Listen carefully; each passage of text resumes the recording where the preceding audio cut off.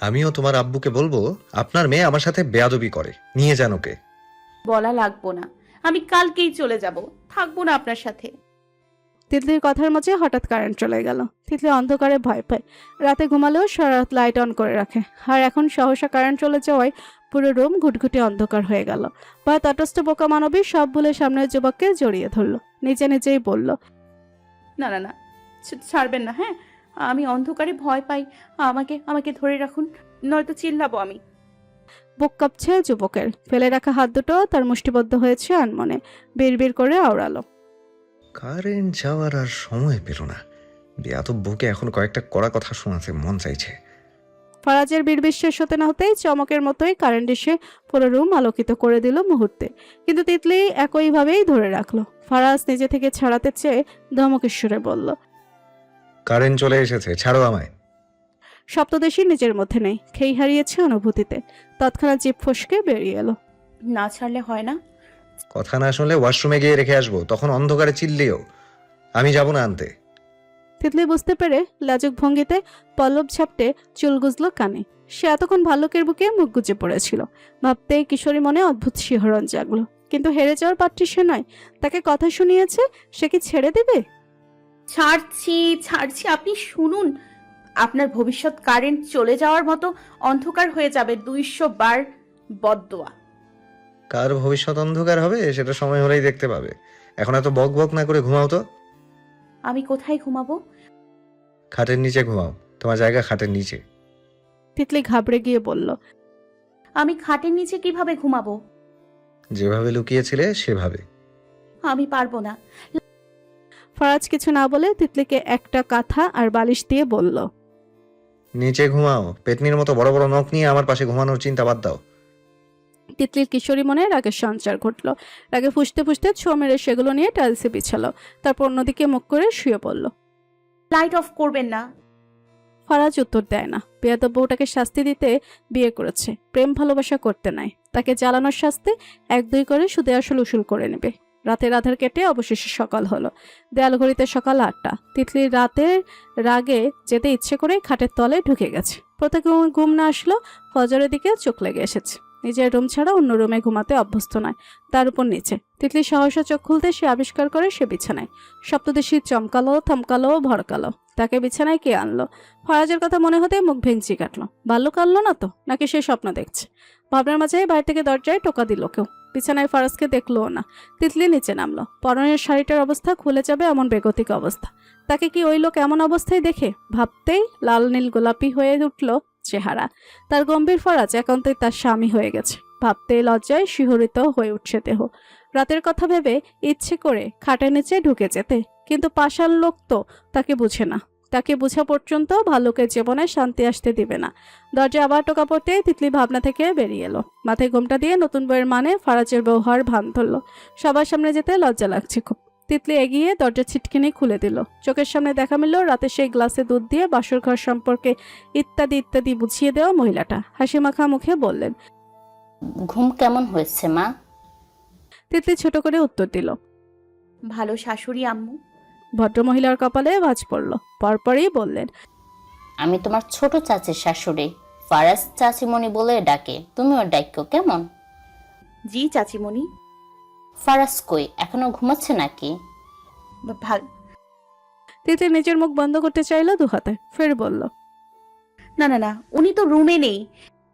আলভির মা রাহেনা বেগম মুস্কি হেসে বললেন, বাইরে তো যায়নি, মনে হয় ওয়াশরুমে গেছে। আচ্ছা, তাড়াতাড়ি গোসল করে নাও। তিতলি অবাক হওয়ার মতো বলল, এত সকালে?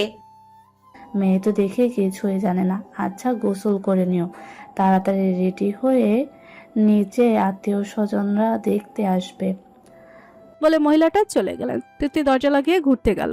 তখনই সামনে এসে দাঁড়ালো ফারাজ খান। নাকটা মুহূর্তে ঠুকে গেল যুবকের ভেজা লোমশযুক্ত বুকে। তিতলি পিছিয়ে এলো খানিক, চোখ ঝাপটে ধাতস্থ হলো। সামনের মানুষটাকে দেখে পিছন ফিরল। তখনই ফারাজ ভুরু কুচকে তাকায়। বেয়াদব মেয়ের আবার কি হলো? সে হাত ধরতে নিলে তিতলি পেছন থেকে কাপা গলায় বলে, আপনি আপনি কিছু পড়ুন, নির্লজ্জ বেহালোক। একদম খালি গায়ে আমার সামনে আসবেন না। ফারাজ কপাল কুচকে রাখলো আগের মতে। আমার রুম, আমি যেভাবে ইচ্ছা আসবো, তোমার কি? তোমার জন্য আমার নিয়ম বদলাবে না। বদলাতে হবে। কেন? শব্দ কম, কণ্ঠ নিরেট। আমার লজ্জা লাগে। লাগুক। বলে ফারাজ তিতলির কোনো শক্ত করে ধরে টেনে এনে সোফায় বসালো।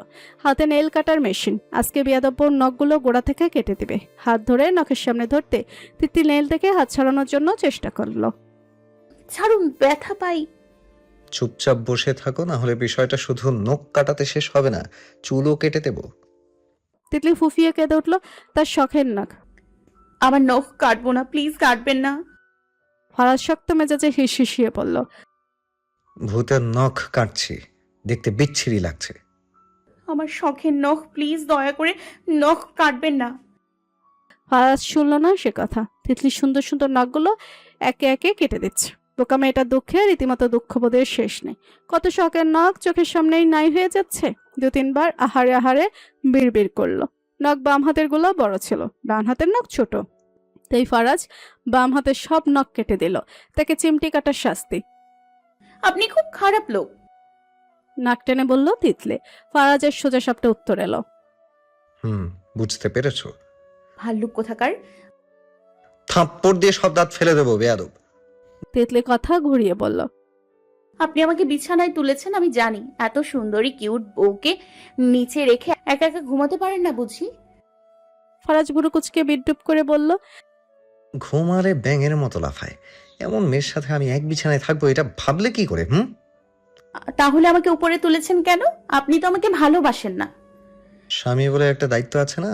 বউকে খাটের নিচে ঘুমাতে থাকতে দেখে দয়া করে উপরে তুলে দিলাম। এবার এখান থেকে যাও তো। তিতলির হঠাৎ টেবিলে গ্লাসের দুধগুলোর দিকে চোখ গেল। রাতে ছোট চাচি শাশুড়ি দিয়ে গেছে, রাতে ভুলে গিয়ে দিতে পারেনি তো কি হয়েছে, এখন বাসি দুধ খাওয়াবে? তিতলি চঞ্চল পায়ে উঠে এলো, মিথ্যা বলল। নিন আপনার দুধ, এগুলো খান। এখন ছোট চাচি শাশুড়ি দিয়ে গেছে। রাত থেকে দেখলাম টেবিলে গ্লাস ভর্তি দুধ, ওয়াশরুমে যাওয়ার সময়ও দেখছি, তাহলে এখন আবার কখন দুধ দিয়ে গেল? মিথ্যা বলছো কেন? এখন এখানে এসে দিয়ে গেছে, দেখলেন না আমি দরজা লাগিয়েছি। ফারাজ ভাবে সে তো দরজা থেকে নিচেই বিয়াদব বউকে টেনে এনে বসালো। চোখ ছোট করে তাকাতে তিতলি আবার বলো। আপনাকে দিতে বলছে, আমারও স্ত্রী বলে একটা দায়িত্ব আছে না, নিন খান। ফারাজ কিছুক্ষণ তাকিয়ে থাকে, সহসা ঠোঁটের কোণে বাঁকা হেসে তিতলির বাড়িয়ে রাখা গ্লাসটা হাতে নিল। তিতলি ঠোঁট প্রসারিত করে হাসলো, কিন্তু হাসিটা বেশিক্ষণ টিকলো না। তৎক্ষণাৎ ফারাজ গ্লাসটা তিতলির মুখের সামনে জোর করে ধরলো। আমারও স্বামী বলে একটা দায়িত্ব আছে না, নিজের ভাগেরটা স্ত্রীকে খাওয়ানোর। চুপচাপ খা। আরে আরে কি করছেন? খাবো না, আমি খাই না। কেন? খুব তো আমাকে খাওয়ানোর জন্য জোর করছিলে, এখন খাবে না কেন? খেতে হবে, দেখি মুখ খোলো। আমার গোসল করতে হবে, চাচি শাশুড়ি বলে গেছেন। ছাড়ুন। আগে খা, তারপর গোসল। তিতলি ভয় পেয়ে গেল, নিজের পায়ে নিজে কুড়াল মারলো। এই লোক তো সহজে তাকে ছাড়বে না। উপায়ন্তর না পেয়ে তিতলি ফারাজের হাতে দাঁত বসিয়ে দিল। বেয়াদব, তোমাকে আমি দুধ খেতে বলেছি, আমাকে না। নখের মতো দাঁত কেটে দিতে হবে মনে হচ্ছে। তিতলি দৌড়ে ওয়াশরুমে চলে গেল। ফারাজ কামড় বসানো জায়গায় নজর বুলিয়ে দ্রুত নেভি ব্লু রঙ একটা শার্ট গায়ে জড়ালো। এই বিয়াদব বউকে তো সে দেখেই ছাড়বে, শুধু সামনে পাক পালিয়ে আর কই যাবে? ঘুরে ফিরে সেই তার ঠিকানায় আসতে হবে। তখন সুদ তুলবে ওর। সকাল 10টা প্রায়। ড্রয়িং রুমে বড়রা কেউ কেউ কাজ করছে, আবার কেউ সোফায় বসে আছে।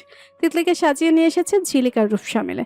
হালকা মেরুন রাঙা কারুকাজ করা একটা জামদানি শাড়িয়ে পরিয়ে, গলায় হাতে কানে প্রয়োজনীয় কিছু স্বর্ণের জুয়েলারি সহ ঠোঁটে হালকা লিপস্টিক, চোখে কাজল দিয়ে সাজিয়ে দিয়েছে। এতেই মেয়েটাকে চোখ ধাঁধানো সুন্দর লাগছে। তিতির সামনেও পাশে বসে আছেন বড়রা। ফারাজের খালা, চাচি, ফুফুরা বসে আছেন। নাসিমা ঠোঁট বেঁকিয়ে হাসলেন। বইয়ের তো এখনো নাক ফুরাই নাই দেখি। মেয়ে বিয়ে দিতে পারে, মেয়ের নাক ফুরাইতে হয়, ওটা জানে না। তিতলি বসে বসে এসব শুনছে। কি খারাপ মহিলা, মন চাইলো ঘুমটা নামিয়ে দেখতে। অয়নের মা রোমানা বেগম বললেন, নাক পুরাই নাই তো কি হয়েছে, পুরাই নেওয়া যাবে। এর মাঝে ছকিনা খাতুন নাতবউকে নিচে এনেছে শুনে রুম থেকে দৌড়ে এসেছেন। নাতবউর সাথে নাস্তা করবেন বলে এখনো নাস্তা না করে বসে আছেন। এসেই বললেন, কি গো নাতবো, বাসর রাইতে নাতি আদর সোহাগ করছে নি? নাতিরে সামলাতে পারছো নি? তিতলি লজ্জায় মুখ নুয়ে নিল। এত লজ্জা করছে কেন তার? তো লজ্জায় তুষার ভাইয়ের সাথেও ঠিক মতো কথা বলতে পারছে না। ছকিনা খাতুন হেসে বললেন, থাক, লজ্জা পাইতে হইব না। আইও, বিয়ার হরের দিন বহুত লজ্জা পাইছিলাম। ফারিন বেগম পুত্রবধূ ও শাশুড়ির জন্য নাস্তা নিয়ে এলেন। সবাই নাস্তা করে ফেলেছে, শুধু পুত্রবধূ আর শাশুড়ি বাকি। ছকিনা খাতুন বললেন, আমার নাতি ফারাজ কই, তারে ডাক দাও। ফরাজ কোথায় বেরিয়ে গেছে, ডাকলেও বলল জরুরি কাজ। বিয়ের পরের দিনও এত জরুরি কাজ কোথা থেকে আসে? ফারিন বেগম ছেলেদের কর্মকাণ্ড দেখে বাঁচেন না। যাই হোক, বিয়ে করেছে এটাই অনেক। ফারিন বেগম বললেন। বাইরে গেছে আম্মা। তিতলি মুখ ভেঙচি কাটলো ঘোমটার আড়লে। বাইরে গেছে? গোল্লাই যাক, ভাল্লুক কোথাকার। তিতলি খাচ্ছে না দেখে ফারিন বেগম আদর মাখা গলায় বললেন, যাও মা, লজ্জা পাওয়ার কারণ নেই। এটা তোমার বাবার বাড়ি। যখন যা ইচ্ছে হয় আমাকে বা তোমার শ্বশুর আব্বুকে বলবে। তিতলি উপর নিচ মাথা নাড়ল। তার আব্বু আম্মুর কথা মনে পড়ছে, চোখ ভিজে উঠল। ফারিন বেগম আরো কিছু কথা বলে কিচেনের দিকে গেলেন। ঝিলিক বাড়ির বাইরে বাগান এসেছে, মূলত তুষার তাকে ডেকেছে। কেন ডেকেছে মেয়েটা শুধু সেটা ভাবছে। তার সাথে কি উনার? লজ্জায় সামনে যেতে পারে না। ওই ঘটনার পর থেকে দাঁড়িয়ে দাঁড়িয়ে গাছ থেকে একটা অপরিচিত ফুল ছিঁড়বে, তখনই শুনতে পেল পুরুষালী গম্ভীর কণ্ঠস্বর। দাঁড়িয়ে দাঁড়িয়ে গাছের ফুল ছিঁড়া হচ্ছে? ঝিলিক চমকে উঠল, পেছনে ফিরল না। কই না তো। তুষার কপাল কুঁচকে রাখলো কিছুক্ষণ, পরক্ষণেই বলল, আমার দিকে ফিরে কথা বলুন। কি কি কথা বলবো? আমি যা বলবো তার উত্তর দিবেন, তাতেই হবে। ঝিলিক শক্ত হয়ে আগের জায়গায় ঠায় দাঁড়িয়ে রইল। কোনো রকম বলেন বলেন, আমি শুনছি। বলল। সহসা পেছন থেকে বেশি এলো দুষ্টু কণ্ঠ। আরে এখানে প্রেম প্রেম কিছু চলছে নাকি? দুঃখের কথা, জীবনে একটা প্রেম করতে পারলাম না। অয়নের কণ্ঠ শুনে তুষার পেছন ফিরে তাকায়। ঠোঁটের কোণে দুষ্টু হাসি খেলা করছে। তুষার একবার ঝিলিকের দিকে তাকিয়ে পাকা হাসলো। অয়নকে সোজা বলল, চলছে তো। তোর ফুফাতো বোনকে বউ বানাবো ঠিক করেছি, প্রেমে টাইম নষ্ট করব না। ঝিলিক লজ্জায় মাটিতে মিশে যাচ্ছে। কানের পিঠে চুল গুজলো লাজুক ভঙ্গিতে। মনে মনে ভাবলো, কি বেহায়া লোক। সে তো তুষার ভাইকে খুব ভদ্র ভেবেছিল। ওহ, মোটেও তা নয়, ভীষণ অভদ্র উনি। তুষার অয়নকে কথাটা বললে আচমকা ঝিলিকের দিকে সামান্য ঝুঁকে গিয়ে কণ্ঠ খাদে নামিয়ে এক বাক্যে বলল, কি মিস, বউ হবে না আমার? এই নিরামিষ পুরুষটার আমিষ বউ। সহসা ঝিলিকের বুকের ভেতরে ধুকভুক করে উঠল। এমন কথা সে মোটেও আশা করেনি। বিড়বিড় করে বলল, অসভ্য লোক, বলে সেখান থেকে দৌড়ে পালিয়ে গেল। অয়ন তুষারের মুখের দিকে তাকিয়ে বলল, ওর তো বিয়ে দিয়ে দিবে, সময় থাকতে তুই পাত্র হয়ে চলে আয়, না হলে পরে হারাবি। অয়নের বুকের ভেতরে ধক করে উঠল। সে একজনকে হারিয়েছে, তাই বুঝি হারানোর যন্ত্রণা। তুষার অয়নের কাঁধে ভর দিয়ে গম্ভীর হয়ে পড়ল। তোর ফুপিকে বলিস অয়ন, পরের বার মেয়ের জন্য ছেলে দেখলে যেন আমার কাছে আসে। তার মেয়েকে আমার পছন্দ হয়েছে, ঠকবে না। বিকাল 4:30। এখনো বৌভাতের জাঁকজমকপূর্ণ অনুষ্ঠানের আয়োজন চলছে খানবাড়িতে। শেখ বাড়ির মানুষজন এসেছে প্রায় 3 ঘন্টা। ইতিমধ্যে সকল মানুষদের সব রকম মেহমানদারি করা শেষ। তিতলির মা বাবা সবাইকে দেখে অনেক খুশি। বাবার পাশ থেকে উঠছেই না। ফারাজ শ্বশুরবাড়ির লোকজনের সাথে দেখা করে উপরে গিয়েছে।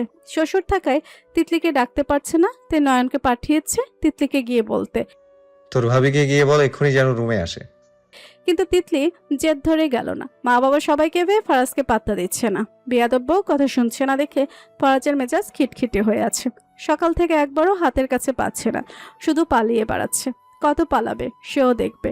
রাতে যখন রুমে আসবে তখন সব সুদে আসলে উসুল করবে ভেবে শক্ত মেজাজে ফারাজ আবার রুম থেকে বেরিয়ে এলো। বেয়াদব বউকে কয়টা কড়া কথা না শোনালেই নয়। খাওয়া দাওয়ার পাট চুকিয়ে দুই পরিবার ড্রয়িং রুমে খোশ গল্পে মেতে উঠেছেন। তিতলি বাবার পাশে বসে আছে।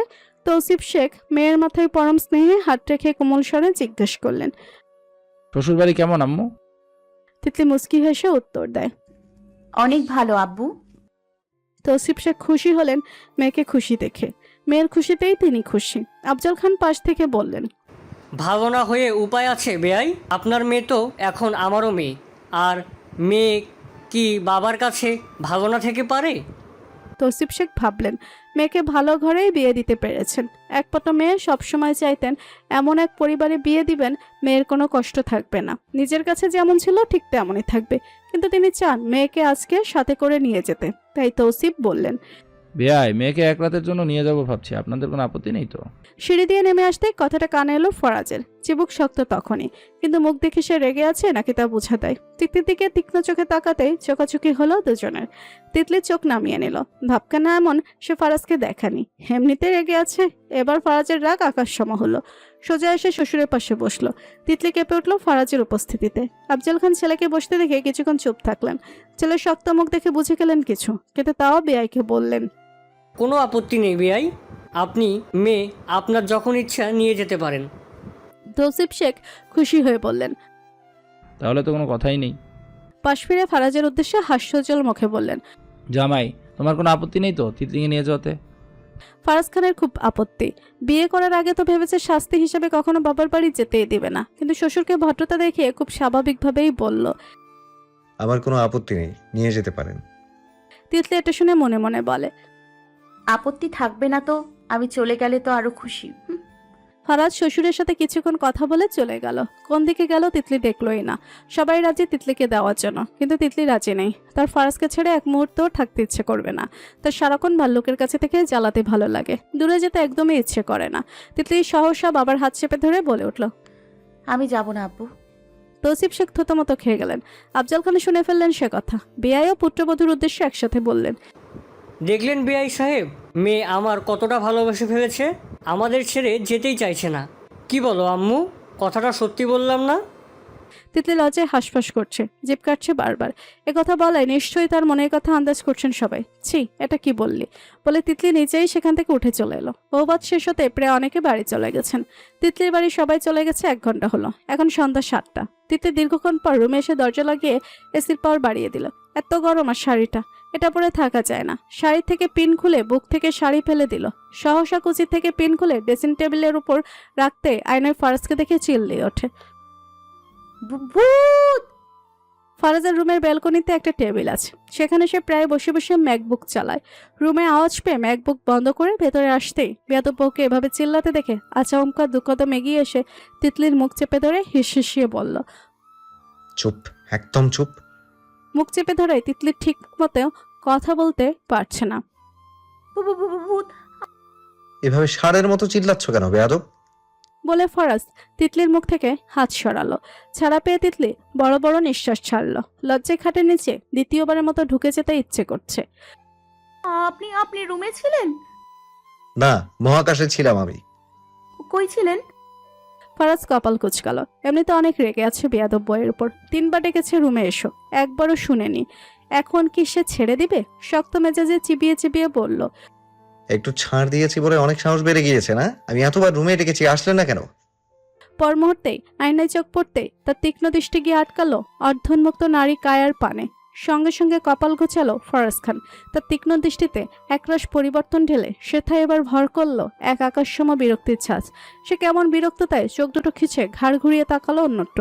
মেয়েটার এখনো বোকামিতে অসন্তুষ্ট হয়ে মুহূর্তে দাঁত খিচে আওড়ালো, শাড়ি খুলে আমাকে দেখানোর ইচ্ছে হলে আগেই বলতে পারতে, এভাবে খুলে দেখানোর প্রয়োজন ছিল না বেয়াদব।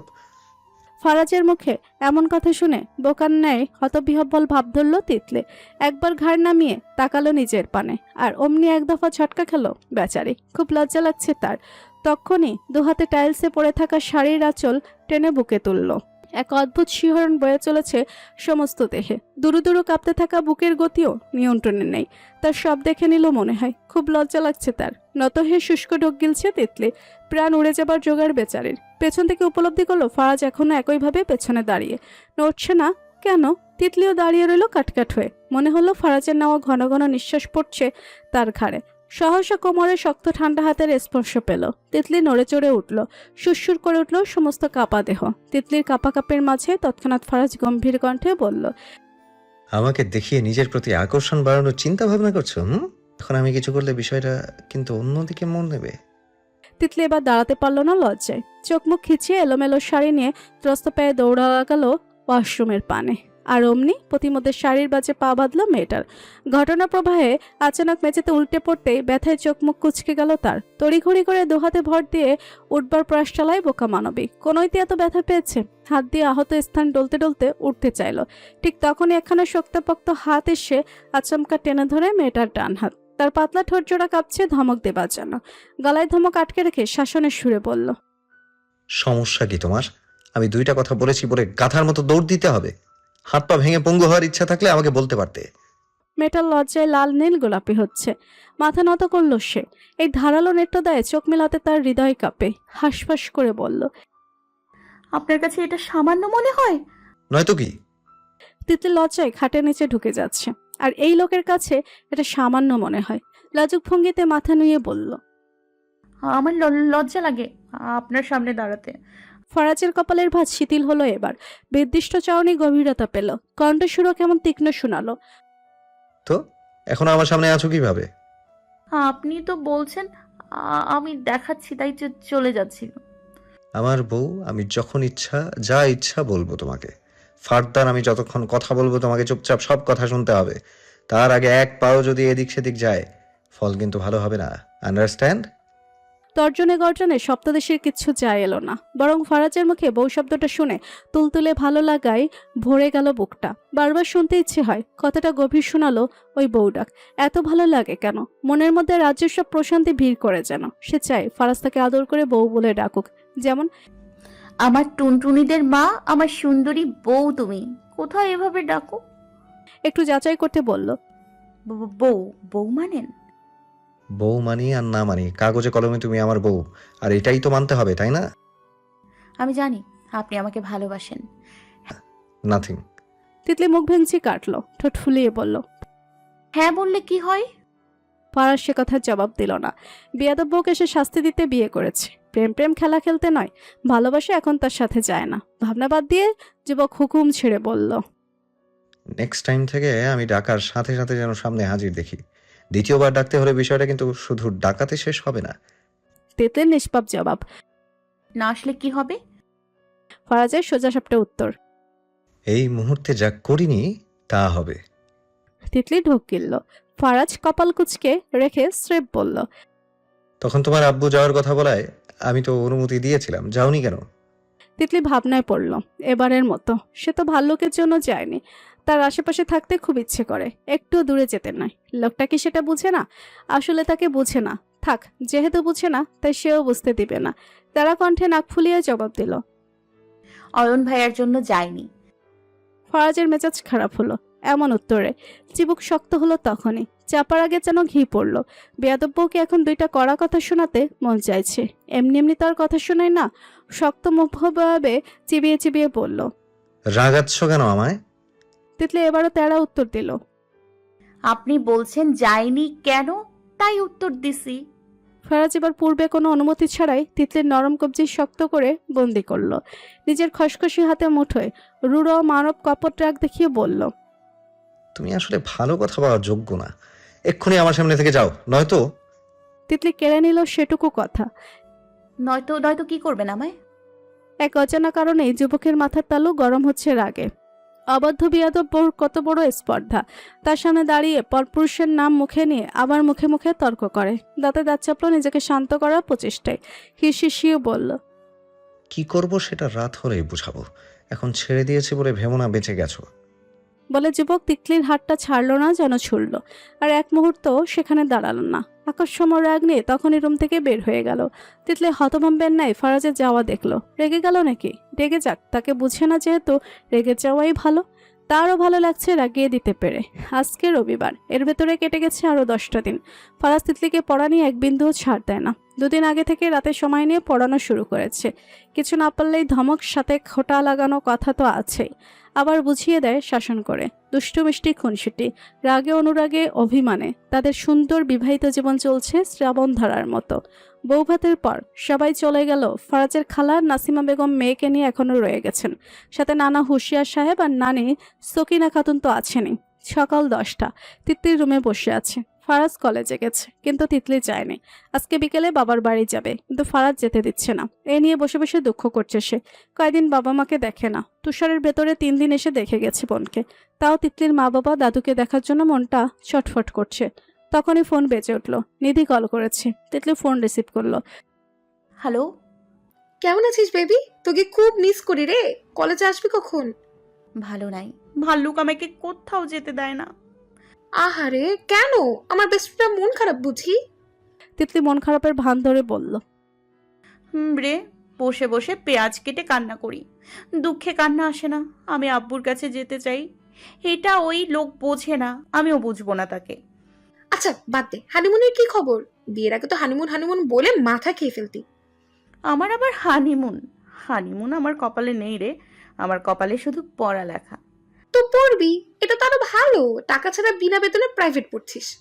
আচ্ছা রাখ, একটু কান্না করি। বাড়িতে আসলে আমাকে বলিস, দেখতে আসবো তোকে। আচ্ছা জানু। বলে তিতলি ফোন কেটে দিল। তিতলি নাসিমা বেগমের সাথে ড্রয়িং রুমে বসে আছে। রুমে নয়, মন টিকছে না। ফারিন বেগম কিচেনে। ফরাজের খালা নাসিমা বেগম এদিক ওদিক তাকিয়ে বললেন, ফারাজ তো তোমাকে ভালোবাসে না, ও তোমাকে কয়েকদিন পর ডিভোর্স দিয়ে দিবে।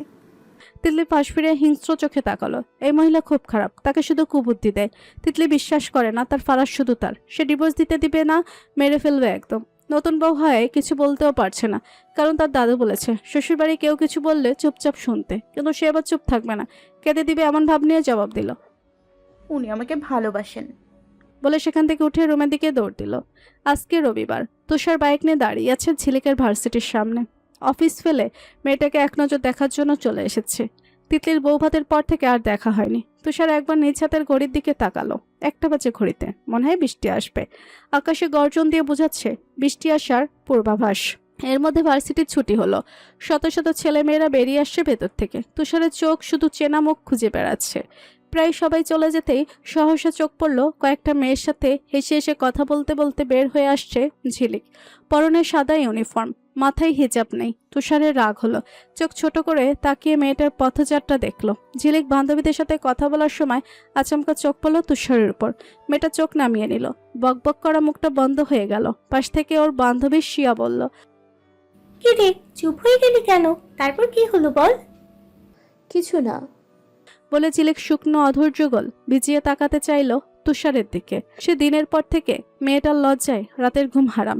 আগে তো এমন অনুভূতি হতো না। তুষার ভাইকে দেখলে এগিয়ে সালাম দিত। এখন এক অদ্ভুত জড়তা তাকে আষ্টে পিষ্টে জড়িয়ে ধরে। পাশে শিয়াকে বলল, তুই চলে যা এখন, আমি অটো নিয়ে চলে যাব। শিয়া বুঝলো ঘটনাটা, তাই মুচকি হেসে চলে গেল। ঝিলিক শিয়াকে এটা বললেও নিজেই তুষারকে পাশ কাটিয়ে চলে যাবে, কিন্তু তুষার ডাকলো, বান্ধবীকে চলে যেতে বলে এখন আমাকে না দেখার ভান করছো? ঝিলিক জিপ কাটলো। পাশ ফিরে এখন দেখেছে এমন ভাব নিয়ে বলল, তুষার ভাই আপনি এখানে? আমি। ঝিলিক লজ্জায় কোনো কথা খুঁজে পেল না। চুপচাপ সামনের দিকে হাঁটা ধরল। বুকের ভেতরটা কেমন ড্রিম ড্রিম আওয়াজে কাঁপিয়ে তুলছে। অদ্ভুত এক অনুভূতি। এই অনুভূতির নামও অজানা। শুধু তুষার ভাইয়ের সামনে এলেই শুরু হয়। মনে হয় যেন আশেপাশের সব মানুষজন চলে আসবে সে আওয়াজে। তার উপর ঝিরে ঝিরে বৃষ্টি নামা শুরু হয়েছে ধরণী জোরে। আর বেশিক্ষণ থাকলে নিশ্চিত ভিজে যাবে। তখন মায়ের বকা খেতে হবে। ঝিলিক যখন এসব চিন্তায় বিভোর, ঠিক তখনই ভেসে এলো পুরুষালী গম্ভীর কণ্ঠস্বর, তো ঝিলিক, আমি বুঝি আপনার চলে যাওয়ার দেখার জন্য এখানে দাঁড়িয়ে আছি? ঝিলিকের ত্রস্ত পাজোড়া থেমে যায় মুহূর্তেই। বেশি দূর যেতে পারেনি, সবে দুপা সামনে এগিয়েছে। থেমে না গেলেই যেন নয়। লোকটার কণ্ঠস্বর এত মারাত্মক শোনায় যে ঝিলিকের বুক কাঁপে। নিজের অজান্তেই হাঁটা থামিয়ে দেয়। তুষার বাইক স্টার্ট দিয়ে খুব ধীর গতিতে মেয়েটার পেছন পেছন এসে পাশে থামলো। পাশে ফিরে তাকালো মেয়েটার মুখ চোখাচোখি। ঝিলিক চোখ নামিয়ে নিল। আগে তো তুষার ভাইয়ের দিকে তাকিয়ে কথা বলতে এমন লাগতো না, এখন কেন এমন হয়? হাসফাস করে বলল, কেন কেন দাঁড়িয়ে আছেন আপনি? তুষারের সোজাসাপটা উত্তর এলো, অবশ্যই আপনাকে দেখতে। ঝিলিকের বুকের ভেতরে ঢুকে গেল অমন লোভনীয় কথাটা। এমন কথা কখনো শুনছে সে? মনে করতে পারছে না ঠিক। ঝিলিকের ভাবনার মাঝে তুষার স্রেফ বলল, বৃষ্টি আসবে মনে হয়, আপনি আমার পেছনে বসবেন? ঝিলিক যেন আশা করেনি এমন কথা। অবিশ্বাস নিয়ে ঠিক ততটাই দ্রুত জবাব দিল, না, আমি অটো দিয়ে চলে যাব। তুষার ঝিলিকের দিকে কিছুক্ষণ চেয়ে চোখ ছোট করে তাকিয়ে থেকে শাসনের সুরে বলল, হিজাব কই আপনার? ঝিলিক সহসা জিভ কাটল। লোকটা এত কিছু খুঁজছে কেন? তার দিকে তাকিয়ে আছে নিশ্চয়।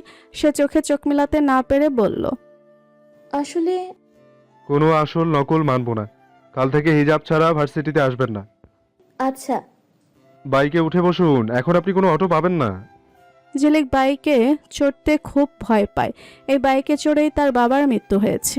বাইক দেখলেই বাবার রক্তাক্ত দেহ চোখের সামনে ভেসে ওঠে। কি ভয়ঙ্কর ছিল। 4 বছর হয়ে গেল ঝিলিক আজও বাবার চেহারা ভুলতে পারে না। চোখ নামিয়ে বলল, আমার বাইকে চড়তে খুব ভয় করে। আমি থাকতে ভয় পাওয়ার কোনো কারণ নেই ঝিলিক, আপনি উঠুন। বৃষ্টি আসলে তখন কিন্তু ভিজবেন, জ্বর আসবে কিন্তু। ঝিলিক ভাবনায় পড়ে গেল। তুষার ভাইয়ের তাকে নিয়ে এত চিন্তা, তার জ্বর আসা নিয়ে ভাবছে কেন? কত জ্বর নিয়ে দিন কাটিয়েছে, এখন কি বাইকে উঠবে? না উঠলে উনি যদি রাগ করেন। ঝিলিক চুপচাপ তুষারের পেছনে উঠে মাঝে ব্যাগ রেখে বসলো। তুষারের গম্ভীর মুখে হাসি ফুটলো, কেন যেন তৃপ্তির হাসি। মিররে একবার মেয়েটার ভয়ার্ত মুখের পানে চেয়ে পড়ল। ধরে বসুন, না হলে কিন্তু পড়ে যাবেন। ঝিলিক লজ্জায় মরে যাচ্ছে। এই প্রথম কোনো পুরুষ মানুষের পাশাপাশি বসেছে। অদ্ভুত শিহরণ কাজ করছে সমস্ত দেহে। কাপা গলায় বলল, ধরে বসেছি তো। কই ধরে বসেছেন? আমি বাইক স্টার্ট দিলে পড়ে গেলে তখন কি হবে? বলে তুষার এক মুহূর্ত দেরি না করে বাইক স্টার্ট দিল। সাথে সাথেই ভয়ে রীতিমতো ঝিলিকের গা কাটা দিয়ে আসে। সব ভুলে আচমকা সামনের যুবকের শক্ত পিঠ খামচে ধরল। তারপর বলিষ্ঠ কাঁধ দূরত্ব কমলো আগের তুলনায়। তুষার মিররে সব দেখল, কিন্তু কিছু বলল না। শান্তি খুব ধীর গতিতে বাইক নিয়ে গন্তব্যে পৌঁছালো। প্রতিমধ্যেই ঝুম বৃষ্টি নামলো। বৃষ্টিতে না ভিজার জন্য বাইকে করে এসেও ভিজতে হলো তাদের। ঘড়ির কাঁটায় বিকেল 4টা। তিতলি শাশুড়ি আম্মুর রুমে শাড়ি পরেছে, বাবার বাড়ি যাবে। ফারাজকে কালকে বলেছে, হ্যাঁ বা না কিছুই বলেনি, কিন্তু যেদি তিতলি যাবেই যাবে।